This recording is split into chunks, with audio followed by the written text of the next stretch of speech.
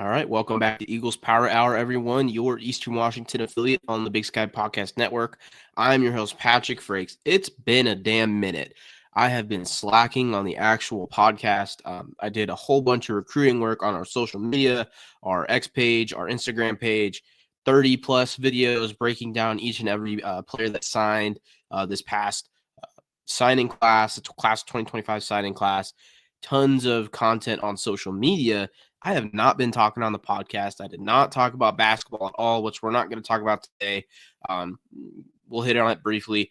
Both the men's and women's teams lost in their first round games.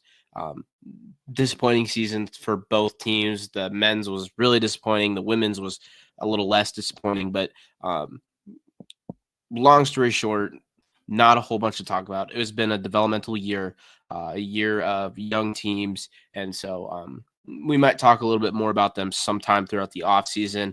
I was just busy as heck, guys. I was working every basketball game, and I just did not have the time with my academic schedule to talk basketball.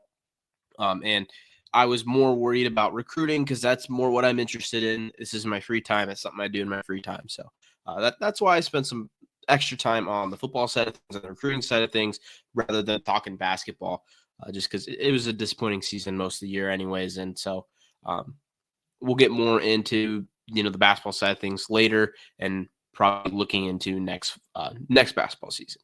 So let's talk some football. A lot of things have happened program-wise since we last talked on Eagles Power Hour. We have a new offensive coordinator, new offensive line coach, new receivers coach, new linebackers coach, new tight ends coach. I think that's all the new coaches. We had a lot of turnover. So we kind of talked about Coach Chapin leaving in the last episode that I did. I did a live stream, talked a little bit about maybe some names that might replace him. But what ended up happening? Coach Chapin left. Eastern promoted Mark Anderson to offensive coordinator. Now, Mark Anderson, a guy that's been around Cheney for, I think, 11 plus years now. I did some work for the athletic department interviewing him. I highly recommend going and checking out some of that if you are interested. But Coach Anderson came as a regular student at Eastern, worked his way up. He started being a student, video assistant, filming practices, ended up becoming the video coordinator. After being the video coordinator for a number of years, he was promoted to director of football operations. After doing that for a number of years, he came on field, I believe, over COVID, became the tight ends coach, was a tight ends coach and associate head coach the last couple of years. And he was promoted to offensive coordinator over this past offseason. All right, next up, Coach Hayden Mace also left with Coach Chapin. So we Eastern hired Chad Germer. I believe it's Chad Germer is the way to pronounce it. He was a longtime offensive line coach at the University of Montana. He played at Montana. I believe he was the offensive line coach under Houck the first stint at Montana, and then he left when Houck left for UNLV. Germer left and went and coached at Wyoming, I believe. This is all off the top of my head, so if I mess something up, my bad. After that, I believe Germer came back to Montana, coached under the coach that was there before Houck, the guy that was throwing the ball all the time. I can't remember his name off the top of my head. Coached there. It was kind of a weird fit, but when Houck came back, he kept Germer on staff. He coached under Houck and Houck's second stint for a number of years. Got fired after the 2022 season, I believe. Or no, fired after the 2023 season, I believe. Then this past season, 2024, he was a co-offensive coordinator at a Division II school. I believe it was Montana State Northern, I think was where it was. I'm blanking on the name right off the top of my head. I don't have it pulled up right in front of me. But he was there. They did not have very much success there, but he's more of an offensive line coach than an offensive coordinator anyways. And he was hired this past January, I believe it was January. Germer came on staff here at Eastern Washington as a new offensive line coach. Got a lot of experience like that. Next up, the next change, our wide receivers coach, Coach McDaniels left. He got a job as an analyst at University of California, Cal Berkeley. So he left. We hired Casey Brink. Casey Brink was previously he was the receivers coach at Augustana University, which is in Falls, South Dakota. Really a really good Division II program. Last year they pushed South Dakota State for a number of their game. South Dakota State ran a national championship team. They went to the semifinals this past year. Really good program, obviously. He was a guy, he has a background in the state of Washington. He played quarterback at Washington State. From my interactions around the program this past couple weeks, very high energy guy, a guy that's running around all over the place. One of those guys that'll get himself in some cleats and run some routes with players, which is really funny. But I just wanted to hit quickly on Casey Brink.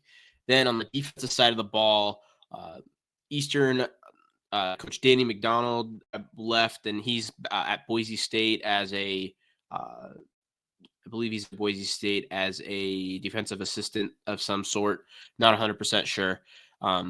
But in his place, Eastern hired a linebackers coach, and then Coach Sanders' responsibilities will be more shifted towards a little bit more towards the special team side of things.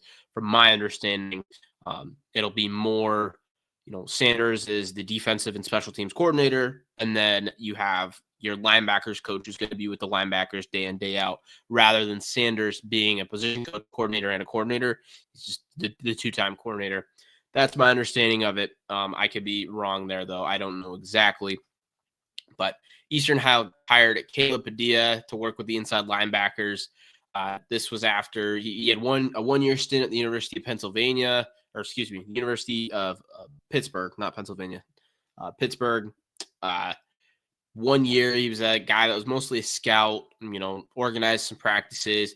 Then before that, he was I believe he was a co-DC at Lenoir-Rhyne University, or something like that. Lenoir-Rhyne University, Division II school in North Carolina. A school that had a lot of success there, a team that I believe they made it to the semifinals one of those years that he was there. He was only there for a couple of years. Before that,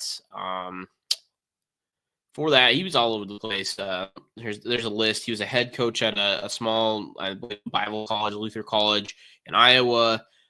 He spent some time Notre Dame College, Albion College, Colorado School of Mines. Really good Division II programs. A guy that's been all around the place, defensive guy, linebackers, defensive backs, defensive ends, has a lot of experience all over the place.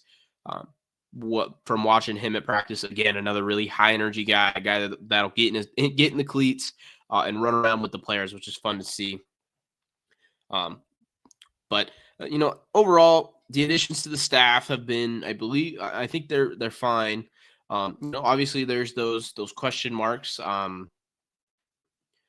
Instead of going external, you're hiring Coach Anderson, who has not been coaching D1 football very long, but he's been a part of the football program for a really long time, and a guy that he worked his way up. He was not given anything. That dude, he was a student assistant, worked his way all the way up to offensive coordinator. On the defensive side of the ball, filling some of those holes. I think splitting some of the time commitment up between Coach Sanders getting a linebackers coach in there to take some of the time coaching the everyday drills and stuff like that will be positive for this defense that, last year it felt like sometimes they just kind of got off page a little bit, misaligned, stuff like that, stuff that's coordinator issues sometimes. Maybe having a little bit less on his plate position wise might help out with those issues. Hopefully anyways, but I'm going to stop talking about the coaching staff for now. Those are the big changes. Obviously, Coach Anderson and offensive coordinator is the big question mark. We don't really know what we're going to get there. He has talked about keeping things pretty similar. He's a guy that believes you have to run the football to have success, which is similar story to a Coach Chapin. Coach Chapin, the guy that it was very clear that Coach Chapin had a lot of influence on Coach Anderson in the way he thinks about things. And so from the little bit I've seen, it's been very similar. A lot of running the ball, a lot of RPO, couple shot plays every once in a while.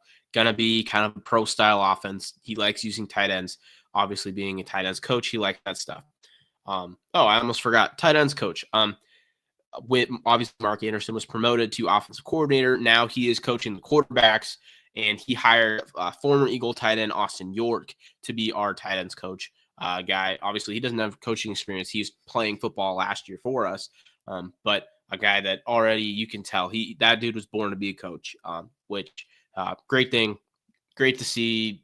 Eagle alumni on the staff. I always love that, and I think he's going to do totally fine there, man. But believe that's it for the coaching additions. A lot of this happened like a month and a half ago. It's not fresh on the brain, so I apologize. I've been thinking about the future. I've been thinking about spring football. I'm excited. Spring football is here, guys. Started yesterday, March 10th was the first practice. I just didn't have time to record before that, but we're going to talk about some of the biggest storylines and the biggest things to watch for if you come to any practices this spring, and what I'm going to be keeping my eye on at practices this upcoming spring, because there's a lot of turnover on this Eagle squad. Obviously, we signed 36 players in this 2025 class, which is one of the biggest in school history, if I'm not mistaken. A lot of turnover, especially on the defensive side of the ball. Well, really on both sides of the ball. On the offensive side of the ball, you lose Kiko Vesperis, you lose Tuna Alta here, you lose obviously Efton Chisholm being the player that he is. He's going to be getting drafted here soon. You lose all 5 starting offensive linemen. A lot of turnover. You lose your two starting tight ends. A lot of snaps to replace. That's a big thing that we got to keep an eye on, and I've been keeping an eye on. Defensive side of the ball.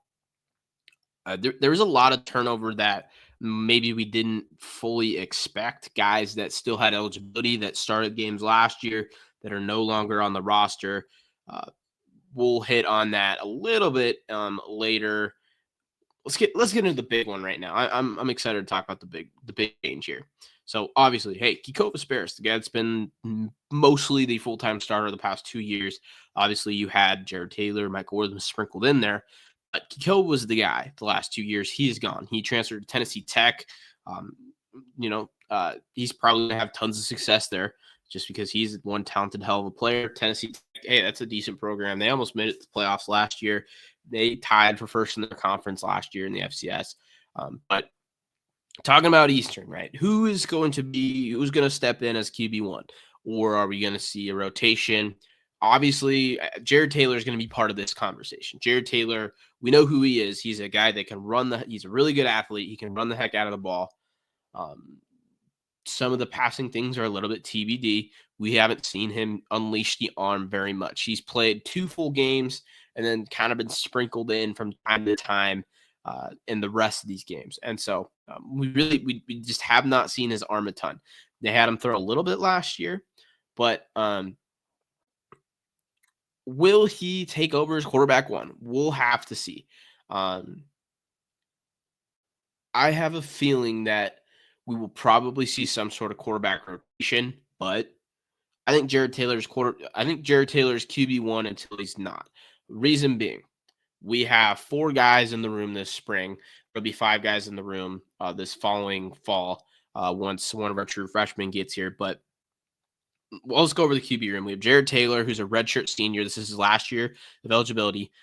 We have Nate Bell, who's a redshirt sophomore.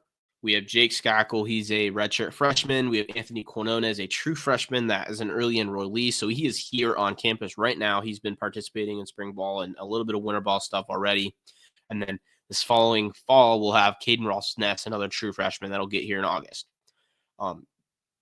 Among the guys that are pretty clearly ready to play games, you have Jared Taylor, you have Nate Bell. Jake Skakel, redshirt freshman, man. He's been taking reps with the 3s. He's a young guy. He needs some time to develop still, especially with a young offensive line. And they're not even necessarily young, but it's a mismatch, kind of inexperienced offensive line that has not played much together. Having a quarterback that is young can be scary. And that's a big reason of why I think Jared Taylor is probably going to take the reins for the most part, is he's the only one with multiple years of college playing experience. Nate Bell is a very talented player, but Nate Bell and Jared Taylor's profiles are really pretty dang similar. They're both really good athletes that can throw the ball a little bit. I think Nate Bell might have a slightly better deep ball, but I think Jared Taylor is probably more consistent in the short to intermediate passing. And so they give you pretty similar things, I think. And in that case, with the offensive line that Eastern has, I have a feeling that we will see Jared Taylor probably take most of the reins and kind of just run with it. I think I just think that Nate Bell and Jared Taylor give us very similar profiles. It's not like bringing in one guy to be your passing quarterback and one guy to bring in a whole nother dynamic side of the ball, a dynamic part of your offense, running the ball. Like, for example, South Dakota State did it last year where they had Mark Gronowski, who's like a decent runner, but he's their throw first guy. He's their starting quarterback. And then they would bring in Chase Mason, who is a explosive running athlete, one of the best athletes on their team. Um, that wouldn't really be the case between a Jared Taylor, Nate Bell rotation, and those are the two guys that have been taking snaps with the ones. I think that's the main competition to who's going to be the guys between Nate Bell and Jared Taylor, and I think Jared Taylor just has a head start. That's the main reason I think Jared Taylor will take the reins, but Nate Bell has already made some really nice throws in one practice spring ball. If he continues to make really nice throws, I don't think Jared Taylor's job is necessarily safe as the starting quarterback. So it's totally possible to see a rotation, but I think Nate Bell is definitely the next man up once Jared Taylor graduates. I think Nate Bell will be the starting quarterback next year, most likely, unless Jake Skakel takes a big leap. And I'm going to be keeping a really close eye on this throughout spring practice. Yesterday, Jared Taylor took probably 90% of the snaps of the ones or 80% of the snaps of the ones, vast majority of the snaps of the ones, at least that I saw. I was paying a little bit closer attention to the defense because I'm helping film practice. And so I was filming defense. I was paying more attention to defense. And so I didn't get eyes on the offense as much as I wanted. During the team periods and the team run stuff, Jared Taylor's taking a lot of the snaps of the ones. So I think that's where we are with the quarterback right now, and we will update you throughout the spring as as new things happen, as both these guys play more. We'll keep updating the depth chart as we will. So, all right, next, important topic: the entire offensive line graduated this past year, and so we have a lot of turnover to talk about. I think we only returned two guys with game experience, or at least like real game experience that started games for Eastern last year, and that would be the guy that started at left or right tackle this past year, Dylan Connor. He was a redshirt sophomore last year. He'll be a redshirt junior this upcoming year, unless he got a medical redshirt, which he might have, because he missed the second half of the year with injury. So he might have gotten a medical redshirt and might still be technically a redshirt sophomore. I'd have to check on that. But he had game experience. You have Aiden Corning, who had game experience last year. He's number 73, another tackle, guy that I think he played played the vast majority of the Idaho game last year and looked fine, was totally fine. He was a guy that started his career at Simon Fraser. When Fraser closed their football program, he transferred to Butte College, played a year or two there, I believe, and then transferred to Eastern either this past year or 2 years ago. But he's a redshirt senior. And then Noah Stewart, who a transfer from Michigan, a guy that started multiple games for Eastern last year, tackle. Those three are your main candidates to start games at tackle this upcoming season. They're the only guys that really had snaps at all this past year, and so the rest of these guys, that's where the question marks kind of lean. We brought in two transfer offensive linemen this past signing class, Fletcher Gibson, who's going to be an interior guy for us, number 64, and then Jackson Tawia, another interior guy. He's going to be wearing number 65, or at least I think these are the numbers that they were wearing during spring ball. Fletcher Gibson, both these guys are interior guys, played center or Tawia played center at Snow College last year. He's just a redshirt freshman. And then Fletcher Gibson played left guard this past year. I believe he has 2 years left. He's a guy that will probably be part of the equation as in terms of starting. But there's not a ton of experience coming back. We have Ryan Yakovich is a redshirt sophomore interior guy. Alex Hatch is a sophomore. He'll be a redshirt freshman interior guy, as well as Mark Johnson, an interior freshman guy. The names that I've been watching, at least yesterday, had a decent amount of time with the ones. Mark Johnson, he's a redshirt freshman. He was playing left guard with the ones, I believe. Then you have Dane Gatterman. He was playing center, redshirt sophomore out of Linden, and he was playing center with the ones, I believe. And then the right guard, I do not fully remember who's playing right guard. I think it was either Gabe Rue or I believe it might have been Gabe Rue, or it was one of our transfers. It might have been Fletcher Gibson. Those were kind of the names that we'll see, on the interior of the offensive line. But there's a lot of question marks there, and I don't think those three spots are nearly solidified yet. That's going to be a spot to really keep an eye on, because I think they're probably going to try every combination that they can there, figure out what's going to work best, because these guys are inexperienced for the most part. And offensive line is going to be a little bit of a roller coaster this upcoming year. Losing that much experience, losing 5 starters really is going to make things tough on the offensive line side of things, especially when, you're a pro-style offense like Eastern is that really relies on good offensive line game. And so I think that's going to be a little bit of a hurdle this upcoming year. How does the offensive line look in general this coming spring and this fall? But luckily for our offensive line, our defensive line is dealing with some depth issues right now as well, which I think is the next big topic to keep an eye on at this spring. Is our interior defensive line depth is very, very thin right now. I believe we have 4 guys listed at defensive tackle on the roster. You have Jairelli Pipitelli. I'm not sure if I got it 100% right there, but big number 98, long hair, a guy that you notice him when he's on the field. You have number 90, Justice Lualu. Again, another big smelling dude with long hair.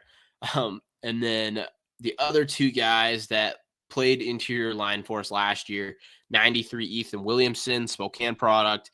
And then you have number 50, Isaiah Perez, a fellow guy. Those were the 4 guys that played interior defensive line for us last year that are back. We do have 2 guys that played end last year that are at least working in with the tackles. At least they were working in with the D tackles yesterday, first day of spring practice, and that is number 86, Waylon Romero. He's a redshirt freshman, son of Eastern Hall of Famer Dario Romero. And then you have I'm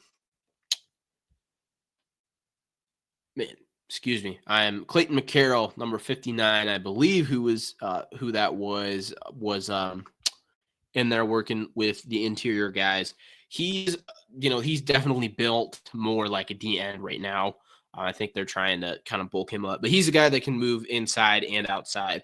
I think he's more there they just need depth on the interior this spring, because they only have 4 guys. There'll be 6 guys coming up right now.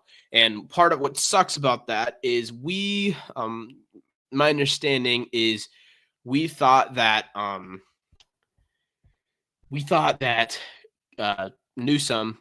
Jacob Newsome would be back this following year, because he sat out the majority of last season with a knee injury. He got hurt in the Drake game, I believe, came back, played like a game, like 1 game-ish.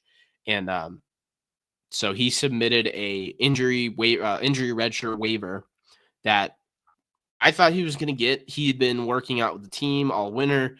He was playing with, he was doing winter ball practices with the team.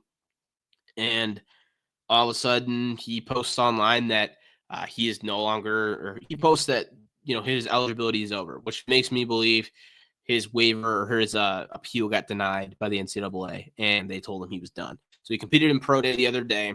And I don't know anything about the pro day really. I wasn't there, but really sucks because we thought we had another depth piece there and we no longer do. And so, that hurts. Another thing that sucks about this upcoming spring is Jaira Leapipitele, number 98.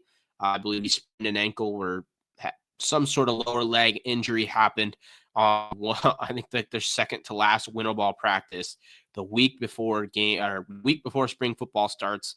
Rolled an ankle pretty good, so he's been in a walking boot. Still went out there with his helmet and his practice jersey on, walking around in the walking boot yesterday, which was really funny. But he's not going to be doing too much this spring, I don't think. They're going to be taking extra care. They're going to be trying to take care of their bigger guys because they don't have a ton of them right now. 2 more defensive tackles coming in as true freshmen this upcoming August, excuse me. So that is something to keep an eye on there. But we just see how the depth deals with, a couple weeks practices. Obviously, this spring is not a huge deal, but I think depth on both lines is going to be a big deal next year because we don't necessarily return. Having 4 solid starters at the defensive tackle position or 4 solid guys that played a decent amount of reps at the tackle position is good. But really, you have 3 guys that were like starting level players last year. Jaira didn't start too many games, but he's clearly a talented guy that's good.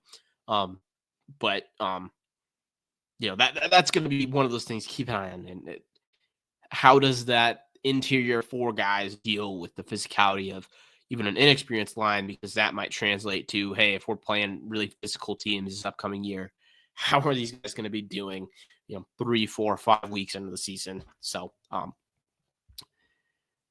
yeah. All right, moving on from the offensive line, and this will be the last topic that I hit on, the last big thing that I'm keeping an eye on for the most part is, this defense. I talked about this a little bit, but this defense, kind of purged a lot of guys. It's kind of a rough word to say, but a lot of players that played significant snaps last year did not lose eligibility, either entered the portal or just kind of mysteriously disappeared from the roster or what have you. I don't know if this was cuts. I don't know if this was what exactly the situation was. This is just guys stepping away from the program, but 4 important names to mention, guys that started games last year, guys that we were excited about being here last year, or excited about starting games last year.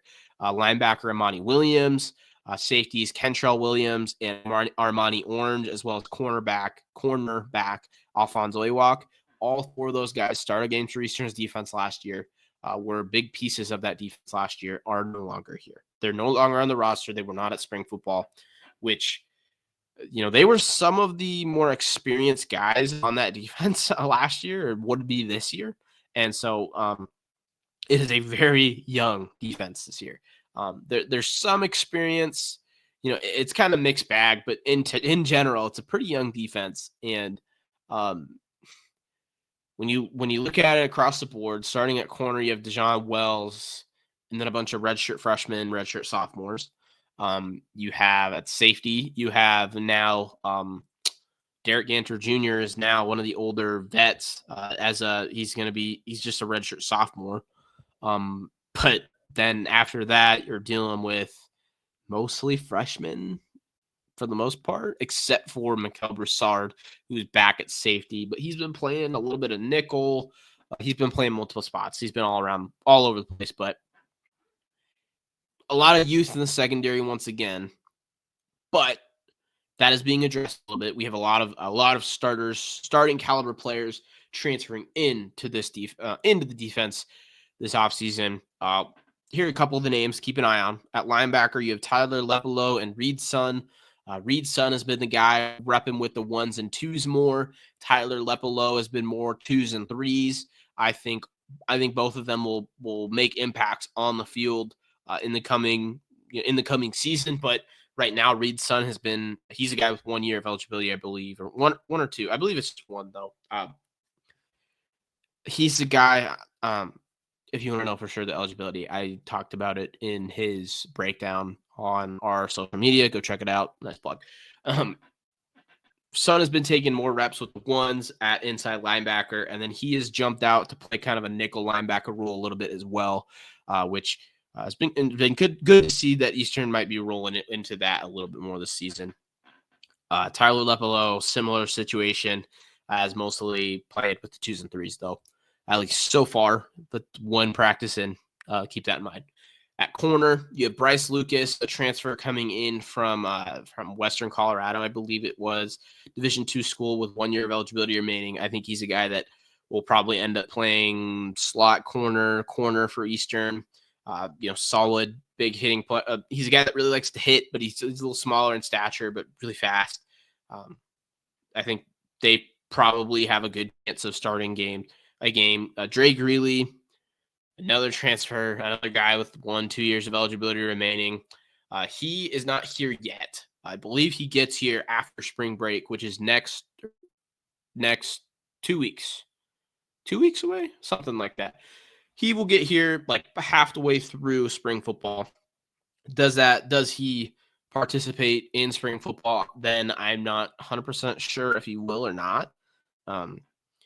We'll kind of have to see. He might not and actually participate in spring football because eligibility rules with that are kind of weird if people are transferring in mid-year, so he might not be able to participate. But we'll see. We'll keep an eye on that. But I think Big Greeley's a guy that's going to start at corner, start games at corner for Eastern this upcoming year as well. I think TB is probably being one of the youngest rooms. I think it's actually one of the rooms with the most depth, generally at both at safety and at corner. That everyone in that room has started games for Eastern, or at least played in games for Eastern. Including redshirt freshmen, redshirt sophomores, all the way up to Dejon Wells and Derek Ganter Jr., who are kind of our vets. And then also, Mikael Broussard is also there, one of the more, one of the really experienced guys. But I think that the thing to keep an eye on with the DBs is who kind of solidifies themselves as starters. Who solidifies themselves as guys that are going to stick with the ones. We know Dejon Wells is most likely going to be one of them. We know Derek Ganter Jr. is going to be one of them. But those other 2 spots, 2 or 3, if you're counting the nickel as part of your DBs, who's going to be the guys starting in those spots? Last year, this Cage Skank, that's Alfonso Ewok was one of the guys that started there.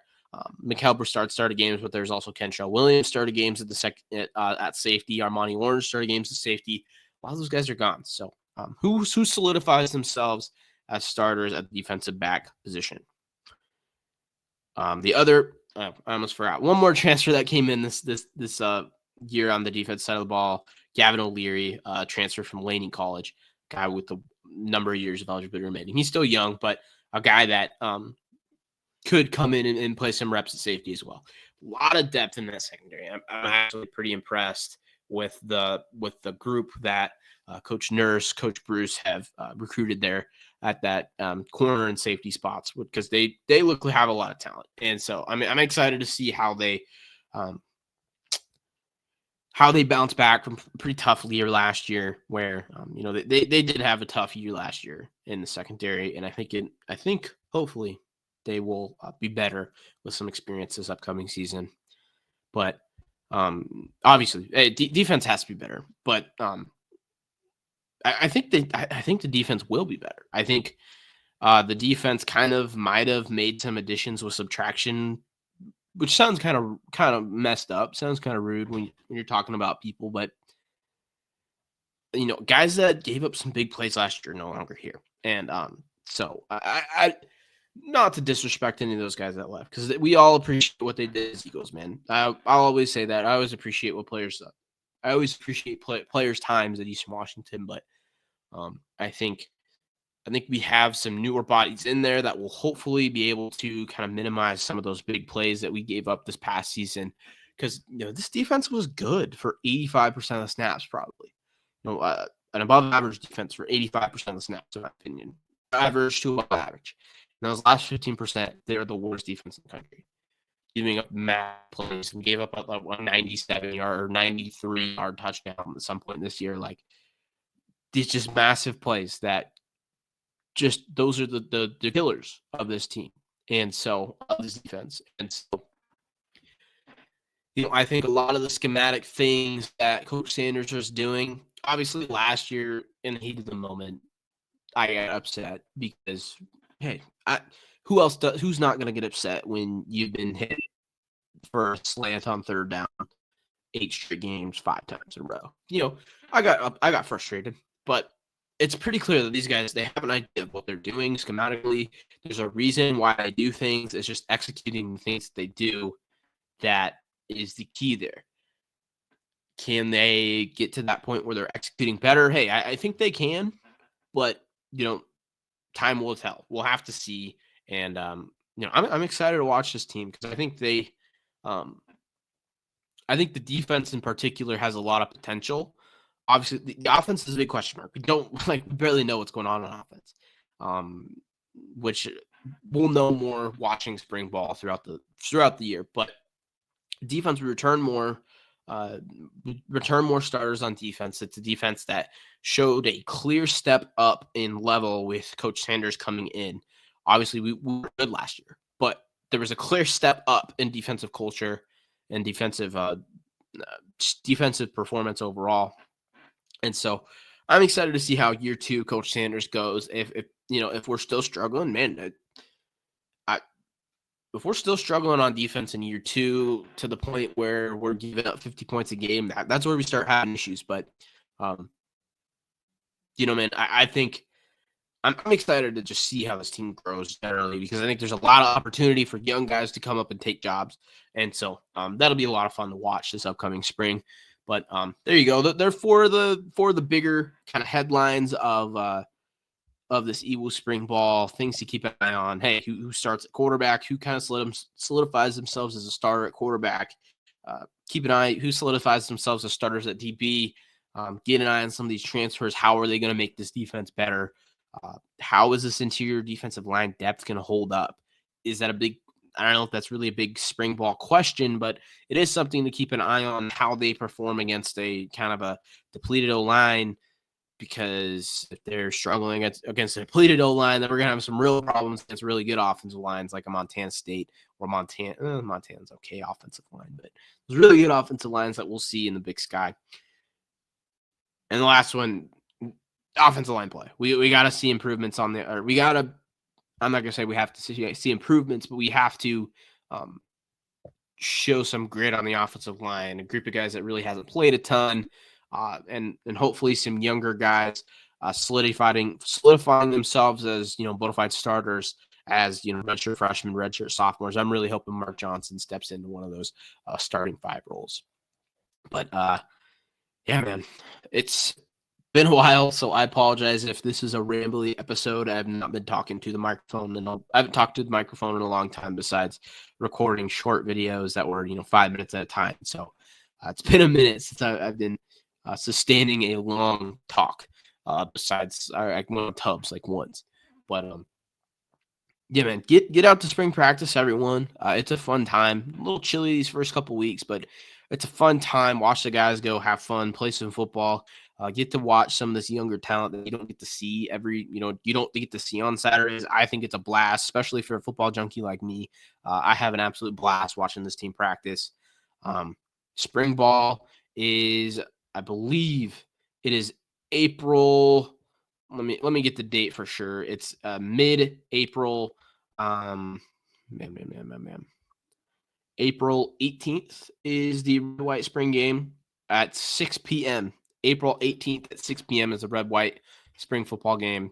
Definitely recommend coming out, hanging out with that, coming out and enjoying that with the team. But we'll get some updates throughout spring football, maybe every week or 2 weeks. We'll see how my schedule holds up, because I'm busy as crap this upcoming spring with school. Currently going through major change, so it not a big major change, but it adds some stuff to my schedule that were not there, and so I've been really busy, which is a big reason why I did not record like at all the past month and a half. So, but yeah. If anyone has any specific things that they want me to watch for at spring practice, and you cannot come to spring practice, let me know and I'll keep an eye out for it. I'll be out at almost every spring practice this upcoming spring. So, yeah, think that's it, guys. Thanks everyone for listening. Again, apologies for the rambles. And we'll talk to you guys again soon. Goodbye. Go Eags.